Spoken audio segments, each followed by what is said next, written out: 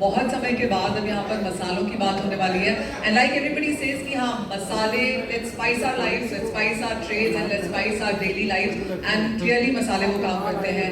हम पहले के पैनल्स यहाँ पर देख रहे थे और जैसे फसल को लेकर काफ़ी अनबन थी कि कितनी होने वाली है, प्राइसेस ऊपर जाएंगे या नीचे जाएंगे। एक पॉजिटिव चीज़ जो मसालों के लिए होती है वो ये कि असेंशियल कमोडिटीज़ नहीं है, सरकार की इतनी नज़र इसके ऊपर नहीं होती और प्राइस मूव लेकिन यहाँ पर बहुत ज़्यादा देखने को मिलते हैं। हैविंग सेड दैट, सरकार की नज़र एक चीज़ पे होती है कि हमारे एक्सपोर्ट्स कैसे हैं और वो हमने यहाँ पर नंबर्स बनते हुए देखे कि वो काफ़ी स्ट्रॉन्ग है। So that is where the government takes its rice price strong, but prices and technical session यहाँ पर थोड़े से इन द कॉर्नर है क्योंकि जिस तरह की प्राइस मूव है और जैसे हमने एनसीडीएक्स के चार्ट्स में भी देखा पिछले 2-3 साल में बहुत ज़्यादा उठापटक देखने को मिली है। तो we'll try and put it out better for you कि आगे जाके प्राइसेस नियर टर्म में लॉन्गर टर्म में कैसे रह सकते हैं, कैसे आप अपने मार्जिन सेव कर सकते हैं, कैसे अपनी प्रॉफिटेबिलिटी बढ़ा सकते हैं। शुरुआत जीरा के साथ ही करेंगे क्योंकि हमने ऑल टाइम हाइज इस साल में यहाँ पर बनते हुए देखे हैं। उसके बाद कुछ मुनाफा वसूली भी हुई है। फसल को लेकर ऑफकोर्स अप एंड डाउन है लेकिन जैसे कहा गया उसके बारे में हम बात नहीं करेंगे, टेक्निकल्स यहाँ पर जाने की कोशिश करेंगे। और क्योंकि अजय आप मेरे साथ यहाँ पर बैठे हैं, कैसे देखते हैं आप फर्स्ट ऑफ ऑल, क्या चार्ट्स पे हमने देखा था ये ऑल टाइम हाइज आते हुए प्राइसेस में? Good afternoon.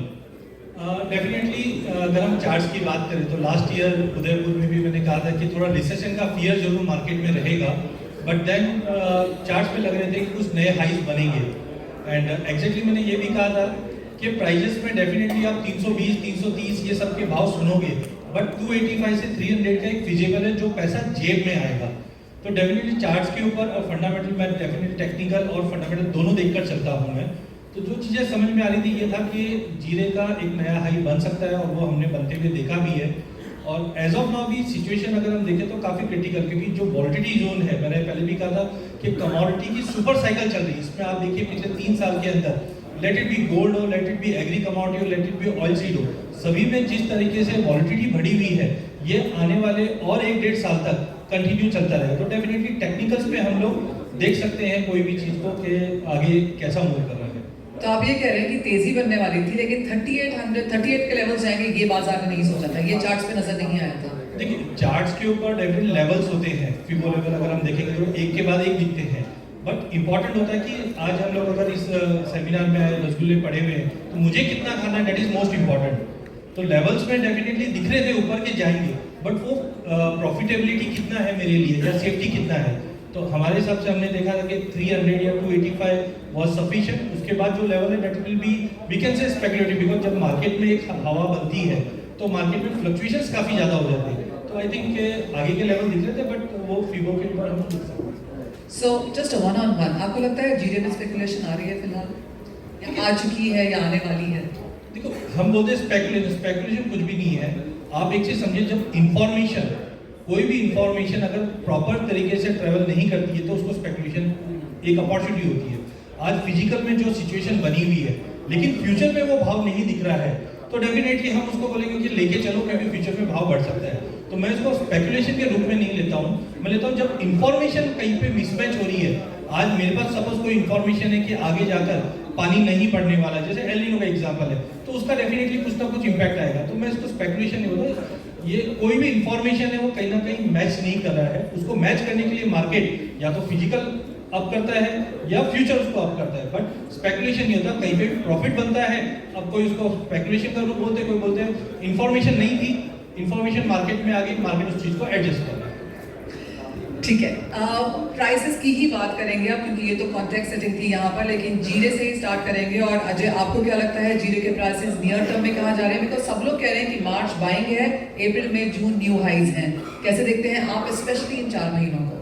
देखिए पैनल टेक्निकल्स का है, बट फ्रेंकली मैं टेक्निकल फंडामेंटल या हम ART अल्टरनेट रिसर्च टेक्निक पे देखते हैं। तो जो रैली अब हुआ था definitely in line of expectation था। वी वर एक्सपेक्टिंग 285 to 300 जो जेब में आएगा। क्रॉप साइज हमारे सामने है, जो भी एक्सपेक्टेशंस आ रहे हैं, आगे का भी सिनेरियो बैलेंस शीट टाइट रहने वाला है। लेकिन एक चीज ध्यान रखिए, फ्यूचर जो है वो हमेशा अपने आप को डिस्काउंट करके चलता आगे क्या होने वाला है। और जो जबरदस्त तेजी का माहौल बना हुआ है, ये आप समझ के चलिए, क्योंकि क्रॉप कम आएगी, डिमांड पाइपलाइन खाली, ये भाव में कोई लेगा नहीं। इन सबको अगर एडजस्ट करके चलते हैं तो करंटली मुझे लगता है कि प्राइजेस में 280 285 का एक बेस क्रिएट होना चाहिए। अब बहुत बार होता है सर आपने तो 285 बोला था लेकिन ये तो 265 भी मान लिया। फ्लक्चुएशन मार्केट में बढ़ेंगे, आने वाले दिनों में और ज़्यादा बढ़ेगा, मोमेंटम सभी कमोडिटी में है। तो आईपीएल के नीचे में जो बेस की अगर हम बात करें तो वर्स्ट इन केस मुझे लगता है 280 285 इज द वर्स्ट केस। यहाँ पे हमें आराम से लेके माल चलना चाहिए। बट 12 महीने का अगर सिनेरियो देखेंगे तो बहुत वॉलेटाइल होने वाला है। अब साइड में आप 400 के ऊपर के भी भाव सुनोगे, 450 के भी सुनेंगे, लेकिन जेब में जो प्रॉफिट बनेगा वो 385 से 390 का बनेगा। व्यापार अगर हम कर रहे हैं तो वहां पे हमें प्रॉफिट बुक कर लेना चाहिए। हाँ, आपको बैलेंस शीट बहुत अच्छी दिखेगी, डिमांड बहुत अच्छा दिखेगा, लेकिन ये भाव में सस्टेनेबिलिटी नहीं है। देखो इन्फ्लेशन के चलते हम भाव में तेजी देखते हैं, but quantum of the time जो लास्ट 12 महीने में जो तेजी आई है उसको डाइजेस्ट होने में टाइम लगा। तो मेरे हिसाब से range 285 is very good to buy. Don't wait for 280 285। यहाँ से भी आप एक्यूमुलेट करोगे तो 285 का एवरेज बनेगा। हायर साइड में that will go in phase by phase manner, क्योंकि इस बार इंडियन भाव को देखकर इंटरनेशनल में भी स्विंग अच्छी रही है। तो higher side we are expecting 385 to 390 जो प्रॉफिटेबल दिखाई देगा। उसके बियॉन्ड मार्केट जाता भी है, उससे दूर रहना चाहिए। ओके अनुज, आपसे ये सवाल है और जीरा पर ही है, मुझे याद नहीं क्योंकि आई थिंक उसी शो में था जब किसी ने आगे हमें बोला था कि टॉप के भाव बन चुके हैं, यहाँ से नीचे है 25 रुपए जा सकता है, उसके नीचे भी जाएगा। अब यहाँ से तेजी बिल्कुल नहीं है क्योंकि 75 लाख की क्रॉप है यहाँ पर। मार्केट में ये भी एक रुझान है, लेकिन अगर टेक्निकल्स प्योरली वहाँ पर की बात करें तो आपको क्या लगता है, क्या हम और लोज पे यहाँ पर जाएंगे या जो करंट लेवल्स है यहाँ पर पाएंगे? मनीषा जी देखिए, अगर हम टेक्निकल चार्ट को डिकोड करें तो यहाँ पे सिर्फ दिसंबर का महीना था जिसमें तेजी हमने जीरे में आती हुई देखी थी, और सिमिलरली अगर आप देखेंगे तो जनवरी फरवरी में उसी से स्पीड से नीचे आ गई है। तो अगर आप इसको कंपेयर करें अदानी के स्टॉक से, क्योंकि अदानी का स्टॉक इक्विटी मार्केट में बहुत फैसिनेटिंग है, तो जिस तरीके से अदानी का स्टॉक अगर आप देखेंगे तो एक एनालिस्ट ने बोला कि 945 का प्राइस अदानी का होना चाहिए, और वो ओवर स्ट्रेच होकर 4000 का स्टॉक चला गया।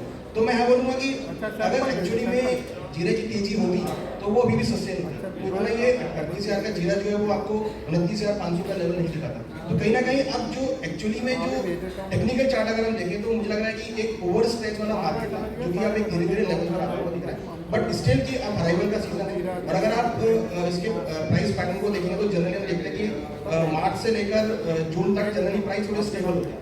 तो मुझे लगता है कि अभी जो प्राइसेस होंगे वो आपके थोड़े स्टेबल चलेंगे। हालांकि जो एक्चुअल मेरे को वैल्यू लगती है वो करीबन 27,000 और 28,000 के आसपास सेंसिटिव वैल्यू लगती है कि जहाँ पर अगर प्राइस आएगा तो आपको अगेन एक अच्छी बाइंग अपॉर्चुनिटी देखने को मिलेगी। बट आप फिलहाल जो लेवल्स अभी हैं थोड़े से वी कैन से दैट कि ओवर स्ट्रेच अभी भी है थोड़े बहुत। अगर प्राइस और नरम पड़ते हैं, मौसम की जानकारी और क्लियर आती है तो फिर आपको मूवमेंट देखने को मिलेगा। अदरवाइज मेरा व्यू है कि आपको आने वाले 1 या 2 महीने में 27,000 और 26,000 के आसपास के लेवल्स मिलेंगे, तो वहाँ से फिर आपको बाइंग एक्टिविटी देखने को मिलेगी।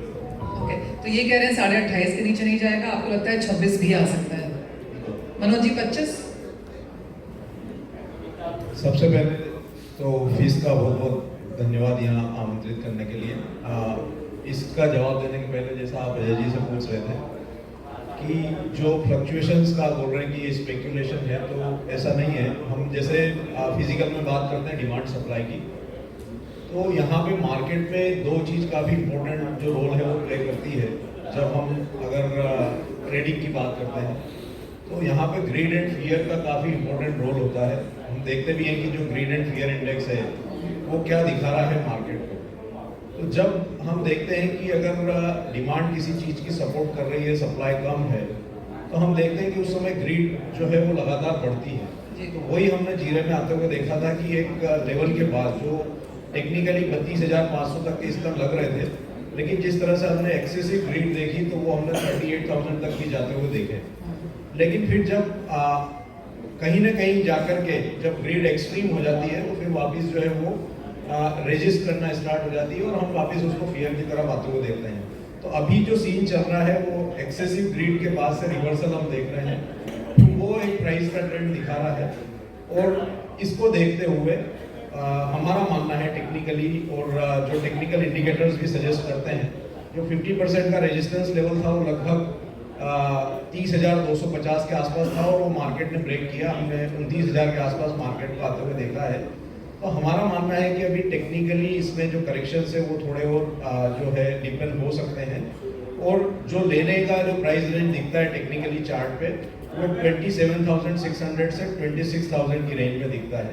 तो अभी हमारा मानना है टेक्निकली कि जो करेक्शन है ये थोड़ा कंटिन्यू होना चाहिए, और जो लेवल्स जो बाइंग के हिसाब से जो मार्केट सजेस्ट कर रही है वो 27,600 से 26,100 के बीच में आए। और आपको लगता है वो लेवल्स मार्च में ही आ जाएंगे? बिल्कुल आना चाहिए।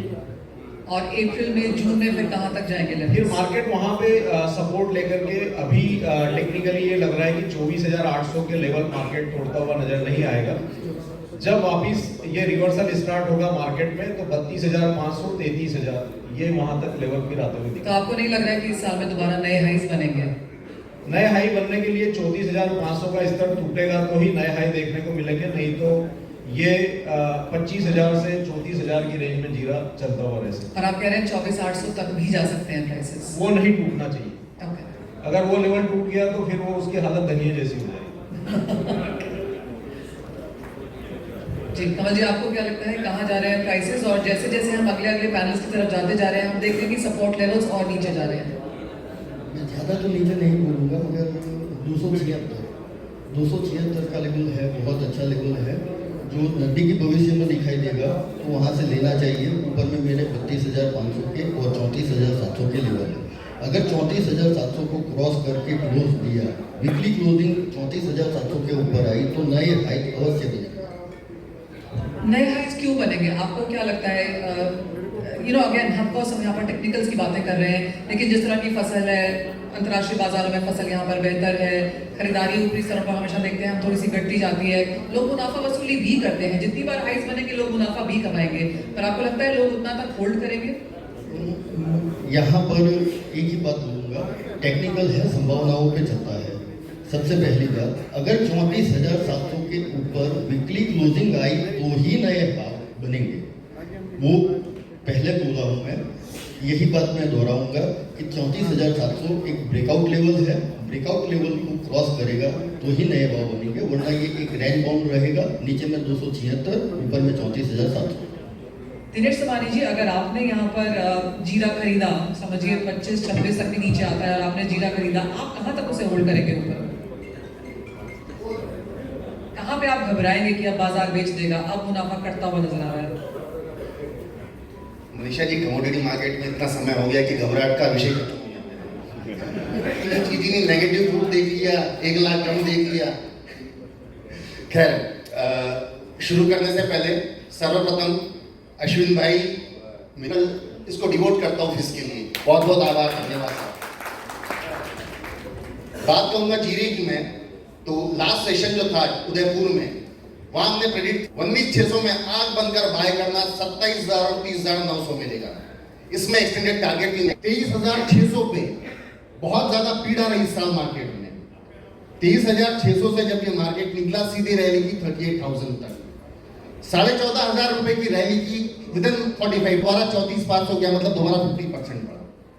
34,000 से दोबारा 30,000, मतलब 32,500 बनाया, फिर दोबारा 33,000 के आसपास गया।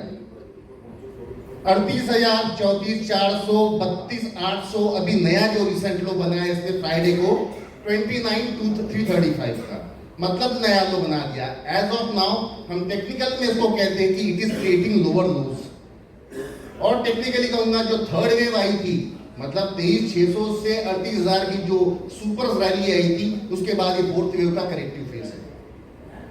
ट्रेडर्स के लिए मेरी जो सलाह है, मेरी जो एडवाइस है, 292, 32,200 is the best buying level.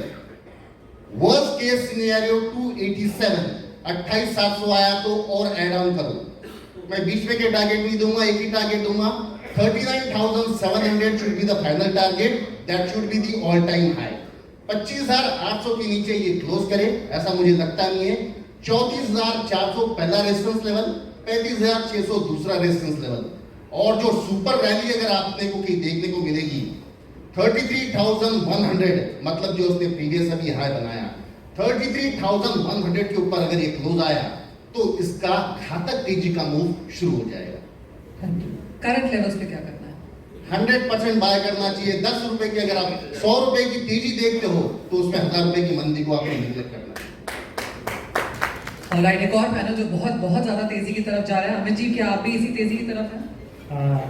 सभी फिश की टीम का मेरा नमस्कार, सभी गुरुजनों को नमस्कार। मेरे जो लेवल्स हैं वो जैसे अभी रिसेंट में देखें तो 30,000 के आसपास करंट वाला जीरा क्लोजिंग हुआ। तो मेरे को लगता है इसका जो बेस्ट बाय है मेरी तरफ से वो 26,500 का लेवल है। 26,500 के आसपास अगर जीरा मिलता है करंट वाले के हिसाब से तो इसमें एक बाय का ट्रेंड लिया जा सकता है। इसमें जो ऊपर के टारगेट है वो 32,750 से लेकर 34,650 तक के रहेंगे। नीचे का जो मेरा स्टॉप लॉस है वो 25,000 का है। तो मेरे को लगता है कि 25,000 का लेवल अभी हाल फिलहाल नहीं तोड़ना चाहिए, क्योंकि इसका जो रेंज है मैंने काफ़ी बड़ा लिया हुआ है। जैसे ऊपर में जो 38,000 का हाई है और अप्रैल 2006 का जो लो है, मैंने उसका पूरा रेंज लिया है। 4870 के आसपास का इसका लो था 2006 का, और जो 38,000 का हाई है वो भी रिसेंट ईयर में ही बना है। तो इसका जो 38% होता है वो आता है मेरा 25,280 के आसपास टोटल रेंज का, पूरा ऊपर से लेके नीचे, मतलब 4800 रुपये से लेके 38,000 तक की जो रेंज है वो 38% मेरा आ रहा है 25,280 के करीब। तो इसका जो 38% है मेरे को लगता है नहीं रुकना चाहिए इस सीजन में। तो 26,500 के आसपास अगर मिलता है 25,000 के स्टॉप लॉस के साथ इसमें बाय करें, 32,750 और 34,500। ओके भूपेश जी, मैं आपके पास आऊँ उससे पहले मुझे अभी भी इनकी आवाज़ कान में गूंज रही है, क्योंकि वो इतनी ज़ोर ज़ोर से बोल रहे थे कि लो लो लो। अगर आपके पास आज 100 रुपये हो तो उसमें से कितना आप जीरे में डालेंगे? 100 रुपया पूरा 100 रुपया। भूपेश जी, आप भी इतनी तेज़ी में हैं? नमस्कार, FISS के सभी मित्रों का बहुत धन्यवाद जिन्होंने मुझे मंच शेयर करने का अवसर दिया। सबसे पहले फ्लैशबैक में जाना चाहूँगा। पिछले वर्ष मैंने कहा था कि जीरा हीरा तो बन चुका है, कोहिनूर बनेगा इस साल, और जीरा पिछले साल अच्छे खासे कोहिनूर के भाव उसने दिखाए, जिसमें 31,000 के टारगेट मेरे दिए हुए थे उदयपुर सेमिनार के, वो बहुत आसानी से देखने को मिले। अगर इस वर्ष की बात करेंगे तो जीरा 28, एक बार शॉर्ट टर्म की बात करूंगा अगले 3 महीने के लिए, 28,500 से 28,200 के बीच में जहां भी जीरा मिलता है वहां लेना चाहिए शॉर्ट टर्म के लिए। 27,000 का स्टॉप लॉस लगाएं, ऊपर में 31,500 और 33,500 के टारगेट रखें। आपके पास 100 रुपये हो तो आप भी पूरे जीरे में डालेंगे? नहीं, 100 रुपए में से मैं यहाँ पर 50 रुपए इन्वेस्ट करना चाहूंगा। बाकी 50 कहाँ डालेंगे? लॉन्गर टर्म के हिसाब से बाकी 50 रुपए बचा के रखूंगा, और जिसको मैं 25,500 से 26,000 के बीच में इन्वेस्ट करना चाहूंगा।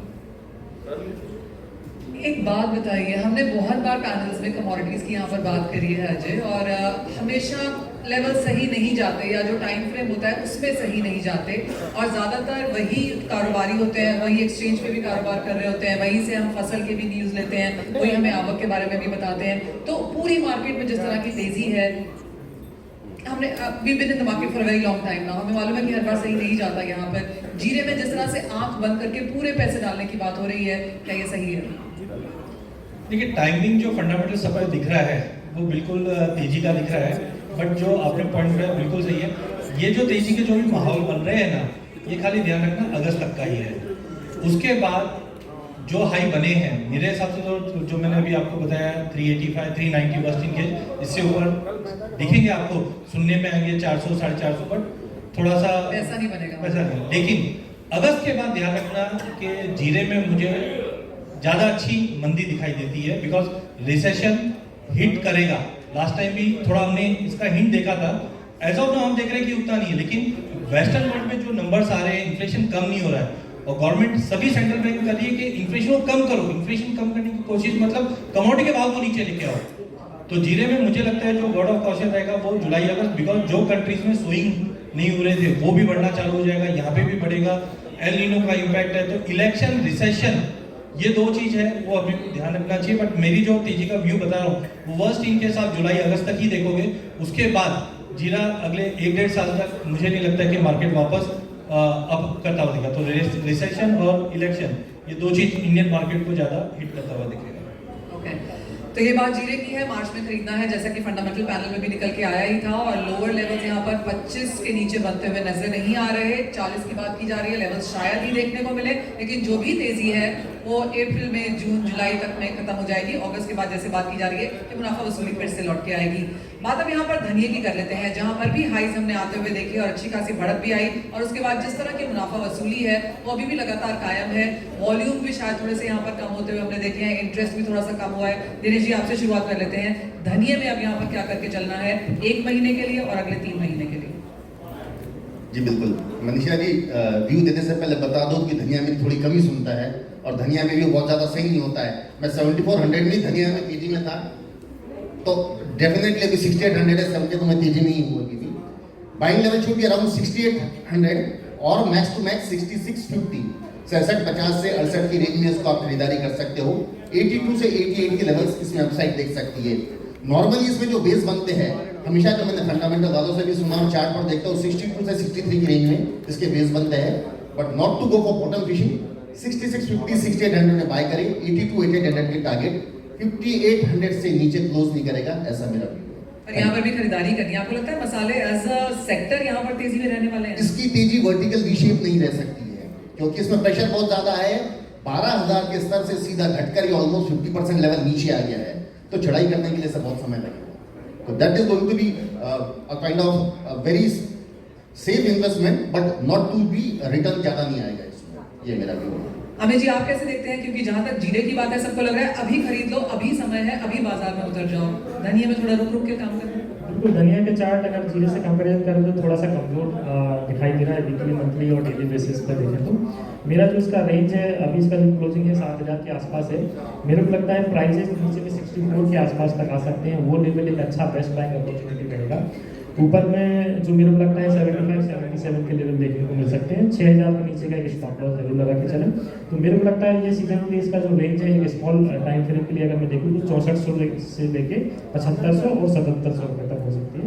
77 के ऊपर अगर निकलेगा तो फिर आगे हम इसको डिस्कस करेंगे। तो जो पिछले साल का हीरो था वो अब बहुत ज्यादा चलता हुआ नहीं नजर आ रहा इस साल में? जी फिर से फ्लैशबैक में जाना चाहूँगा कि जैसे पिछले साल उदयपुर के सेमिनार में मैंने बोला कि 13,500 धनिया क्रॉस नहीं करेगा। बहुत सारी बातें सुनने को मिल रही थी कि 17,500 हो जाएगा, 19,500 हो जाएगा। मैंने कहा 19,000 होने के लिए 13,500 तो क्रॉस करना ही पड़ेगा, तभी 19,000 होगा। तो आज की बात करें धनिया की, तो आज सबसे अच्छी बात ये दिखती है कि धनिया लोएस्ट रिस्क पर ट्रेड कर रहा है, परंतु जहाँ भी लोएस्ट रिस्क देखने को मिलता है वहाँ लोएस्ट रिटर्न भी देखने को मिलते हैं। तो कोई अगर हम बूम तेजी देखें, वैसी तो कोई बात मुझे नहीं दिखती कि धनिया में देखने को मिलेगी, परंतु हाँ ठीक है, 6,300 6,400 के पास कहीं भी धनिया मिलता है वहाँ लेना चाहिए। 6,000 के नीचे का स्टॉप लॉस लगाना चाहिए। कोई बहुत बड़े टारगेट के लिए एक्सपेक्टेशन नहीं रखनी चाहिए। 7,000 7,400 तक के भाव बहुत आसानी से देखने को मिल सकते हैं। 6,000 से 7500। डेफिनेटली जो लास्ट टाइम का मेरा व्यू था थोड़ा सा चेंज हुआ उसमें। वी वर एक्सपेक्टिंग कि 13.5 के ऊपर जाएगा तो डेफिनेटली 18-19 भी दिखा देगा, लेकिन उसके पहले हम लोग एक वीकनेस देख रहे थे कि बिकॉज सोइंग डबल होगी ये सबको पता था। आई थिंक ये रूम में जितने जन बैठे सबको पता था कि सोइंग डबल होगी। फिर गड़बड़ कहाँ पे हुई, क्योंकि सोइंग डबल हुई उसका कैलकुलेशन निकाल के देखोगे तो आपको दिखेगा कि 9,700 9,800 वाज द फेयर प्राइस, जहाँ पे हमको भी लग रहा था कि 9,700 800 से लेना भी चाहिए, और हमने वहाँ से बाउंस भी देखा कि 10,500 10,800 तक का बाउंस भी आ गया। बट जो कहीं ना कहीं छुपा हुआ चीज था वो रशिया और यूक्रेन की लड़ाई का था, जो इम्पोर्ट्स के कैलकुलेशन को फेल करके दिया। इस बार अगर हम देखें तो मैं खाली आपको बताना चाहूंगा, जीरा धनिया का आप रेशियो चार्ट देखिए जो 10-12 साल के अंदर लाइफ टाइम हाई बता रहा है। थोड़ी देर पहले हमारा जो पैनल था जीरे में, वहाँ पे फिजिकल में किसी ने बताया भी था कि आगे आप ब्लेंडिंग के अंदर देखोगे धनिया का प्रोपोर्शन बढ़ जाएगा, तो ये चीज टेक्निकल में भी दिखता है। तो चार्टिकली डेफिनेटली जो लेवल थे वो 9800 दिख रहे थे हमको बाइंग के लिए, बिकॉज ऑफ इंपोर्ट यहाँ पे एक फेलियरिटी दिखी, और जिसकी वजह से मार्केट उठा नहीं, क्योंकि हमको लग रहा था कि जनवरी फरवरी में एक्सपोर्ट डिमांड उठेगा तो जीरे को एक अपलिफ्ट मिल जाएगा, बट उसकी जगह पे 9800 से मार्केट गिरकर 68 का बेस बन गया है। तो टाइमिंग मुझे लगता है कि सबसे सस्ती कमोडिटी जो स्टॉक में भी जा सकती है, टेक्निकली भी अच्छा है, वो है धनिया। अब उम्मीद सबको ये है कि मुझे और थोड़ा सस्ता मिल जाए, और थोड़ा सस्ता मिल जाए, और उसकी कोई लिमिट नहीं है। तो मुझे लगता है प्राइजेस 6500-6600 का जो बेस है वो बेहतरीन है, उसका वेट भी मत करो, क्योंकि अगर आप सोचोगे लोएस्ट मुझे मिलना है, ये भाव में लोएस्ट नहीं मिलना। हाँ, technical charts, panel technical charts पे देखेंगे तो आपको 60-20 का एक सपोर्ट दिखता है। तो आई थिंक उधर का एक स्टॉप लॉस लगाइए। करंट लेवल से भी अगर आप बाइंग करना स्टार्ट करोगे तो you will get a average of 68-69, that is very good. हाँ, ऊपर में 7750 एज ऑफ नाउ इमीडिएटली नहीं तोड़ेगा, it will take couple of month, 77-7600 के आसपास टिकेगा, but by May end, May cross करते करते हमारा जो नया रेंज बनेगा वो बनेगा 77 से लेकर 86 के बीच में।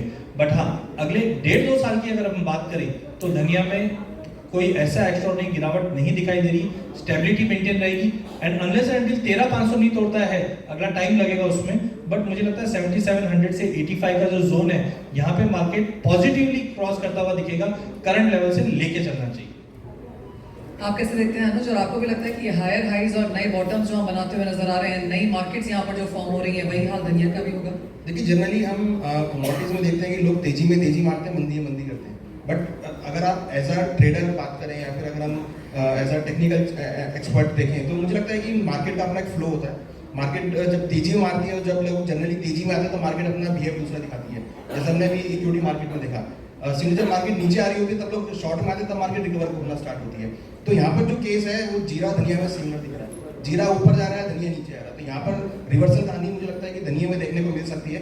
तो धनिया एक जो कमोडिटी अगर हम देखें साइकिल के अकॉर्डिंग, तो मुझे लगता है कि अंडर वैल्यूड कमोडिटी है, जिसमें मुझे लगता है कि अगर हम 6700 6800 के आसपास लेते हैं तो आपको 10 से 15% का रिटर्न आराम से ये कमोडिटी आपको आने वाले 2 महीनों में दे देगी रिटर्न में। तो मेरे हिसाब से 6700 का एक अच्छा लेवल रहेगा जहाँ पर खरीदारी का ट्रेड बना सकते हैं। ऊपर में 7,700 से लेकर 8,000 तक के लेवल मुझे लगता है कि धनिया में आपको देखने को मिल सकते हैं। जो अंडर वैल्यू कमोडिटी होने के हिसाब से और एक परफेक्ट लेवल है खरीदारी के हिसाब से, तो मुझे लगता है कि पॉजिटिव बायस इसमें आपको देखने को मिलेगा।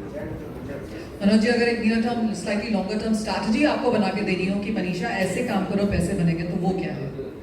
धनिया में मनीषा जी लास्ट ईयर उदयपुर जो फीस मीट हुई थी उसमें 14,000 तक के लक्ष्य दिए थे, और एक बात मैंने साफ तौर पर बोली थी कि धनिया में इस साल आपको अर्जुन बनना है, अभिमन्यु नहीं बनना है, और वही हुआ। 13,500 के आसपास से जो हमने धनिया में गिरावट देखी है, और अभी हमने 67 तक के लॉस बनते हुए देखे हैं। इस बार सबको धनिया बिल्कुल मतलब ऐसा लग रहा है कि इसको लेना ही नहीं है, लेकिन सब बोल रहे हैं क्रॉप डबल है तो भाव भी आधे हो गए। मेरा मानना है कि इन्वेस्टमेंट के लिहाज से इस साल मसालों में सबसे बेस्ट कमोडिटी धनिया रहेगी, एंड 6,750 से 6,400 का जो रेंज है धनिया में लेने का बहुत अच्छा रेंज है। 5,950 का एक वीकली क्लोजिंग का आप स्टॉप लॉस रखो। धनिया में जो पहला लक्ष्य रहेगा 7,300 का, दूसरा 7,850, और दिसंबर 2023 या जनवरी 2024 तक मुझे वापस एक बार 8,500 जो है धनिया लगता है। रिटर्न के लिहाज से अगर हम देखें तो 6,400 का अगर 8,500 होता है तो लगभग 30% का रिटर्न आपका इस कमोडिटी में इस साल में बन सकता है। जो आप कह रहे हैं स्लो एंड स्टेडी, लेकिन आपको रिटर्न देके जाएगा, जीरा आपको बहुत घुमाएगा। पूरे साल की बात करनी है, यहाँ पर पूरे साल का व्यू रखना है, तो धनिया में मुझे 6350 का बहुत अच्छा लेवल दिख रहा है, और 5700 का एसएल लगाकर ऊपर में आप 7700, 8200 और 8800 का पूरे साल का मेरे नज़रिए से ये टारगेट मिल सकता है। यहाँ पर अभी जिसको भी लेना है 50% यहाँ पर ही ले, बाकी वेट करके 6350 के आसपास में खरीदारी करनी चाहिए।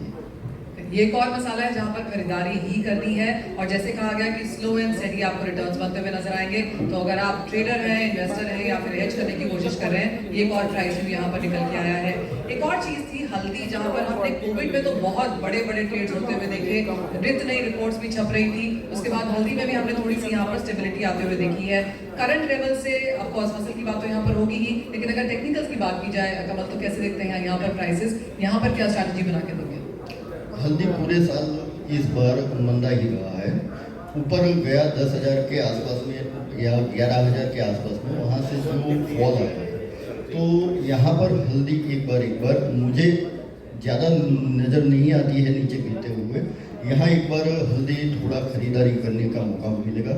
ऊपर में ज़्यादा बहुत बड़ी तेज़ी भी नहीं आएगी, ज़्यादा से ज़्यादा ऊपर में जाने की संभावना है तो 8,800 से 9,000 के आसपास में, और नीचे में बहुत नीचे नहीं जा सकती है, 6,000 के आसपास का रेशियो मानकर चलिए। ट्रेड करने की सलाह देंगे या बोलेंगे कि सिर्फ जीरा धनिया ही देख लो, हल्दी छोड़ ही दो? हल्दी में बहुत ज़्यादा एक्सपेक्टेशन नहीं है, इंटरेस्टेड नहीं हूँ कि ट्रेड करें। ओके मनोज जी, हमने वॉल्यूम भी कमाते हुए देखी है, इंटरेस्ट भी हल्दी में थोड़ा सा कमाया है, वो अपनी गेम खेल भी चुकी है। अब यहाँ पर नियर टर्म के लिए इस साल के लिए क्या भी होगा? हल्दी में कंडीशनल मैं सजेस्ट करूंगा कि अगर यहाँ पे 7,450 के स्तर को अगर हल्दी तोड़ती है तो ही इसमें बाइंग में जाना चाहिए इस साल, और उस केस में फिर ये 8,100 पहला और 8,950 दूसरा लक्ष्य जो है वो दिखा सकती है। हल्दी में 6,600 का जो स्तर है वो काफ़ी महत्वपूर्ण रहेगा इस साल, और अगर वो स्तर ये वीकली क्लोजिंग बेसिस पर हल्दी तोड़ देती है तो फिर पूरे साल इसमें शायद तेजी देखने को नहीं मिलेगी। एक्चुअली मैं एक फाइनल सवाल ही आप सबसे लेती जाती हूँ, और कमल जी आपसे पहले शुरुआत कर लेते हैं। अगर हम 100 रुपए लेके चल रहे हैं और ये तो पूरे 100 रुपए डाल रहे हैं, इनके पास तो मैं सवाल पूछने भी नहीं जाऊंगी, तो आप जीरा, धनिया, हल्दी अगर डिवाइड करना हो अपना पोर्टफोलियो, और क्योंकि राय ये निकल के आ रही है कि खरीद के ही चलना है सब चीज़ों में, आप कैसे पैसे डिवाइड करेंगे? तो मुझे धनिया लगता है, मुझे मार्च में बॉटम दिख रहा है, मार्च में बॉटम बन जाएगा और यहाँ से धीरे धीरे धनिया रिकवर होता दिख रहा है। तो मैं पूरे 100 तो नहीं डालूंगा, मगर 70% धनिया में डालूंगा। जीरे में नहीं डालेंगे आप? जीरे में 30%, 70% धनिया में। हल्दी में हमको इंटरेस्ट ही नहीं है। अगर मुझे अलोकेशन करना है तो 50 रुपीज़ में करूँगा धनिया में, 30 जीरा में और 20 हल्दी। और हल्दी में क्या व्यू है, कहाँ जा रहे हैं भाव? हल्दी में मुझे लग रहा है कि 6,600 नहीं टूटना चाहिए, अगर वो टूटता है तो फिर हल्दी खराब होगी, लेकिन to diversify the portfolio I will allot 20% to 30 for jeera and 50 for dhania. मुझे जी एलोकेशन मुझे लगता है कि जीरा में मैं 40% जाऊँगा, 40% में धनिया में, 20% में हल्दी में जाऊँगा, क्योंकि हल्दी मुझे लगता है कि कहीं ना कहीं सिमिलरली काइंड ऑफ थिंग एक अंडर वैल्यूड कमोडिटी हो गई है, ये भी काफ़ी टाइम से चला नहीं है। और हालांकि डिमांड वी कैन नॉट से कि कितना डिमांड है, बट आगे जो सिनेरियो वो थोड़ा सा मानसून के ऊपर डिपेंड करेगा कि जो हीट वेव चल रही है, जो मानसून है, वो आगे थोड़ा सा मुझे लगता है कि एक सपोर्टिव फैक्टर कमोडिटी के लिए हो सकता है। तो जो अंडर वैल्यूड कमोडिटी उनको काफ़ी अच्छा एक सपोर्ट मिलेगा, तो डेफिनेटली 20% में डालना चाहूँगा। मुझे लगता है कि करीबन 6,700 6,800 के स्तर रहेंगे, जहाँ पर मैं खरीदारी की सलाह देना चाहूँगा। और 6,400 का स्टॉप लॉस लगाएं। टारगेट इनिशियली 7,400 का है, 7,400 अगर ब्रेक करता है तो मुझे लगता है कि फिर 8,000 की तरफ जाता हुआ दिखाई देगी कमोडिटी। तो 40-40-20 ये मेरा रेशो रहेगा। अजय, कैसे करेंगे आप मनी डिवाइड यहाँ पर? क्योंकि अब तक ऐसा लगता था कि सिर्फ जीरा ही जीरा की बात हो रही है और फुल हम उसको ही लिफ्ट कर रहे थे, लेकिन क्लियरली धनिया में काफ़ी इंटरेस्ट है।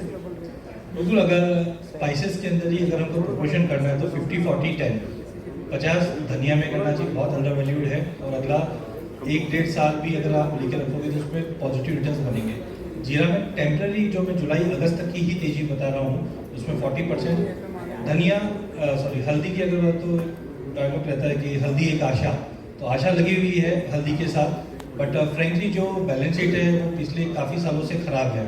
तो कहीं पे भी, हाँ, कोविड ने हमको सिखाया कि हल्दी का पानी पियो, उसकी वजह से जंप आता हुआ दिखा है, बट अभी भी बैलेंस शीट काफ़ी खराब है। आशा इसलिए है क्योंकि इस बार सोइंग इंपॉर्टेंट रहेगी, क्योंकि हम लोग हर साल 3-4 साल से सुन रहे हैं फार्मर बोलते हैं MSP दीजिए, हम दूसरे में शिफ्ट हो जाएंगे, बट ऐसा कुछ दिखाई नहीं दे रहा है, और कैरी ओवर स्टॉक काफ़ी अच्छा है। तो हल्दी वैसे भी चुटकी भर रंग ज़्यादा दिखाती है, स्वाद कम देती है।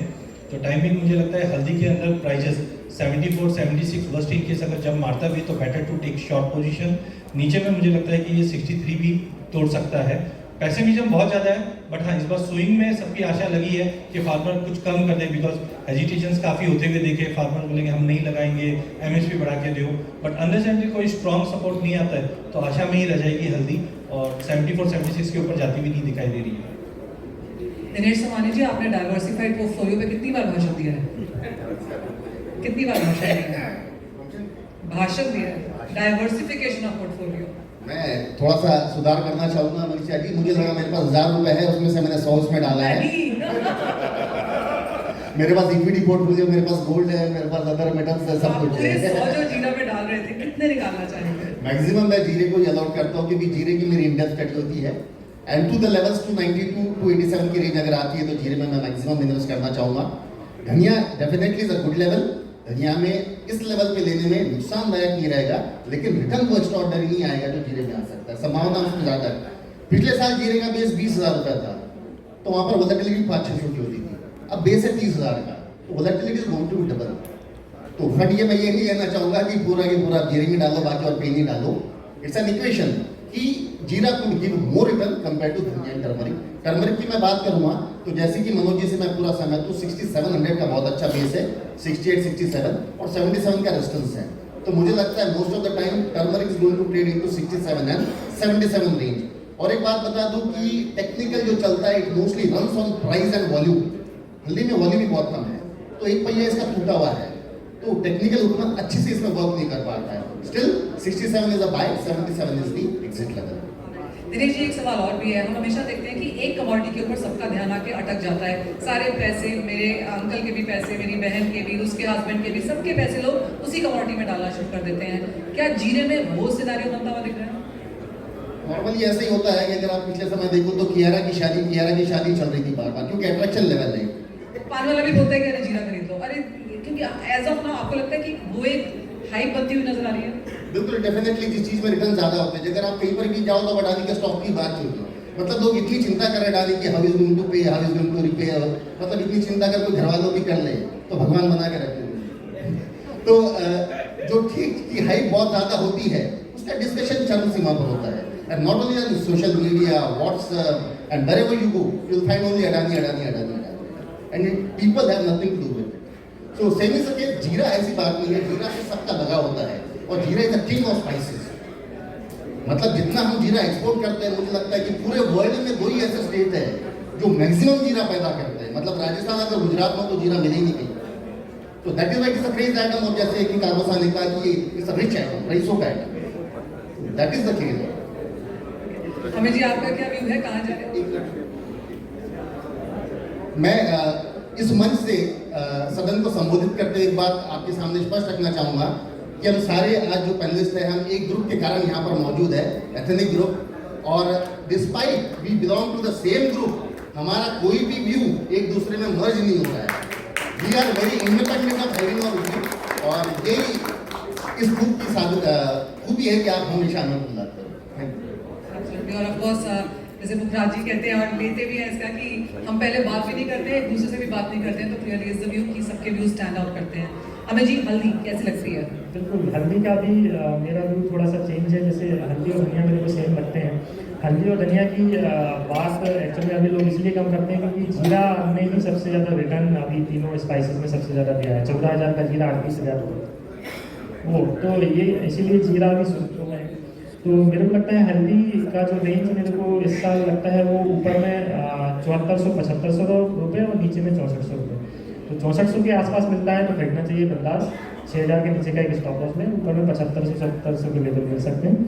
अब अगर मैं शेयरिंग की बात करूँ तो मैं भी 50% जीरे में लगाना चाहूँगा, क्योंकि रिटर्न वाइज जीरे में ही मूवमेंट ज़्यादा मिलेगा, क्योंकि प्राइजेस भी बड़े हैं, 30,000 के प्राइसेस हैं, तो उसमें मूवमेंट ज़्यादा रहेगा। नीचे वाले प्राइस में मूवमेंट कम रहेगा। परसेंटेज वाइज अगर रिटर्न देखेंगे तो हमें जीरे में ही मिलेगा। तो 50 रुपये में मैं जीरे पे लगाऊंगा, 26,500 के आसपास आता है, 25,000 के स्टॉक लॉस से खरीदिए। बाकी 30% धनिया और अपना जो रिमेनिंग पार्ट है 20% वो TMC में लगाऊंगा। उमेश जी, आप क्या करेंगे?